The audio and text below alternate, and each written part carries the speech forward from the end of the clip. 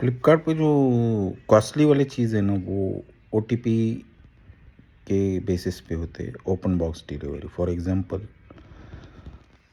पहले फ्लिपकार्ट में जो कुछ महंगे वाली चीज़ें होते हैं ऑर्डर करी तो ओटीपी सिस्टम होता है।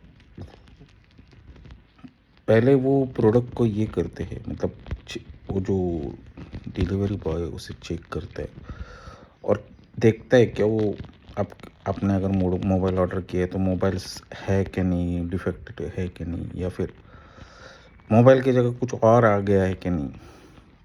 और जब खातरी होती है तभी वो कस्टमर को चीज़ देता है। उसे ओपन बॉक्स डिलीवरी कहते हैं। लेकिन फ्लिपकार्ट में क्या होता है, अमेज़न में क्या होता है, ओपन बॉक्स डिलीवरी सिस्टम कुछ नहीं होता है। आपको ओटीपी देना है, जो कुछ प्रोडक्ट रिसीव होगा वो आपको लेना ही पड़ेगा। उसके बाद आपको कस्टमर केयर को फ़ोन करना पड़ेगा, सेटिंग में जाके वो अपने प्रोफ़ाइल के सेटिंग में जाके, फिर ऑर्डर के उसमें जाकर फिर आपको कॉल के ऑप्शन में जाके फिर कस्टमर को फ़ोन करना पड़ेगा। और फिर 2-3 दिन के बाद वो आएँगे रिटर्न के लिए, और उसके बाद बहुत बड़ा लंबा प्रोसेस होता है। तो मुझे ऐसा लगता है अमेज़न वालों ने भी फ्लिपकार्ट की तरह ओपन बॉक्स डिलीवरी सिस्टम करना चाहिए।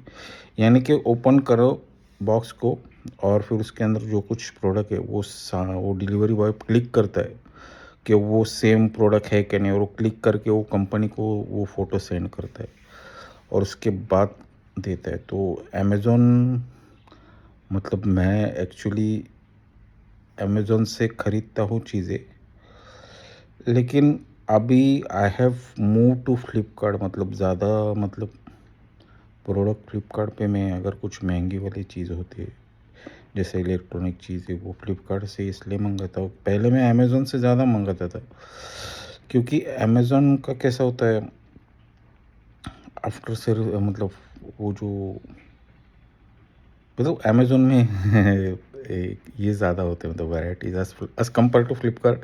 अमेज़न में वैराइटी बहुत ज़्यादा होते हैं, फ्लिपकार्ट में थोड़े से कम होते हैं, मतलब थोड़ा-सा 19-20 का ही फ़र्क होता है। मुझे पहले अमेज़न ही अच्छा लगता था, क्योंकि फ्लिपकार्ट से ज़्यादा वैराइटी अमेज़न में होते हैं। मतलब फ्लिपकार्ट में 19-20 का फ़र्क होता है, बट अभी फ्लिपकार्ट ज़्यादा मुझे बेटर लगता है, क्योंकि open box delivery they provide, मतलब इससे डर नहीं लगता है। कैसा अमेज़न में अगर आपको मान लो आपने आईफ़ोन ख़रीदा है, एग्ज़ाम्पल दे रहा हूँ, और आपके उसके अंदर साबुन की टिकिया आ गई तो ये बहुत बड़ा ये हो जाएगा, मतलब प्रॉब्लम हो जाएगा। आपको वो साबुन की टिकिया लेना ही पड़ेगा।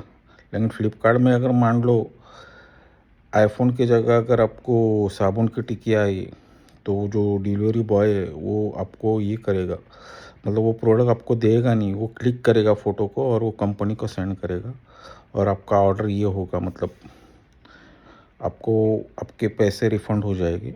तो that is Flipkart is much better. लेकिन अमेज़न कैसा सोचता है कि बाहर गाँव के लोग कैसे, उनके पास टाइम नहीं होते, वो घर में होते नहीं, वो प्रोडक्ट्स दरवाजे पर रख कर चला जाती है। लेकिन इंडिया में वैसा नहीं होता। इंडिया में कस्टमर को देना पड़ता है वो, क्योंकि घर में सब अवेलेबल होते हैं, इसलिए कस्टमर को देना पड़ता है। तो वो अमेज़न वाला बाहर गाँव के इसको फॉलो करता है, रूल्स एंड रेगुलेशन को। लेकिन फ्लिपकार्ट वाला कैसा है, इंडिया के रूल्स एंड रेगुलेशन को फॉलो करता है। फॉर एग्जांपल इंडिया के लोगों का कैसा होता है, टाइम होता है, घर पर होते हो और सारा चेकिंग वगैरह करते हैं, तो उस हिसाब से मुझे मतलब डर लग रहा है कि इंडिया में ऐसा हो जाएगा कि अमेज़न के जो 80% कस्टमर है वो कहीं फ्लिपकार्ट पे मूव ना हो जाए। तो अमेज़न में एटलीस्ट इंडिया में तो ध्यान देना चाहिए, ओपन बॉक्स डिलीवरी में उसने प्रोडक्ट को ओपन करना चाहिए, और कुछ गलत या डिफेक्टिव हुआ तो इमीडिएटली रिटर्न लेना चाहिए। तो ये अमेज़न वर्सेस फ्लिपकार्ट दोनों ही सोना है। अमेज़न भी सोना है, फ्लिपकार्ट भी सोना है। हम इंडिया में क्या होते, कोई अच्छी चीज़ होती है तो उसे हम सोना बोलते।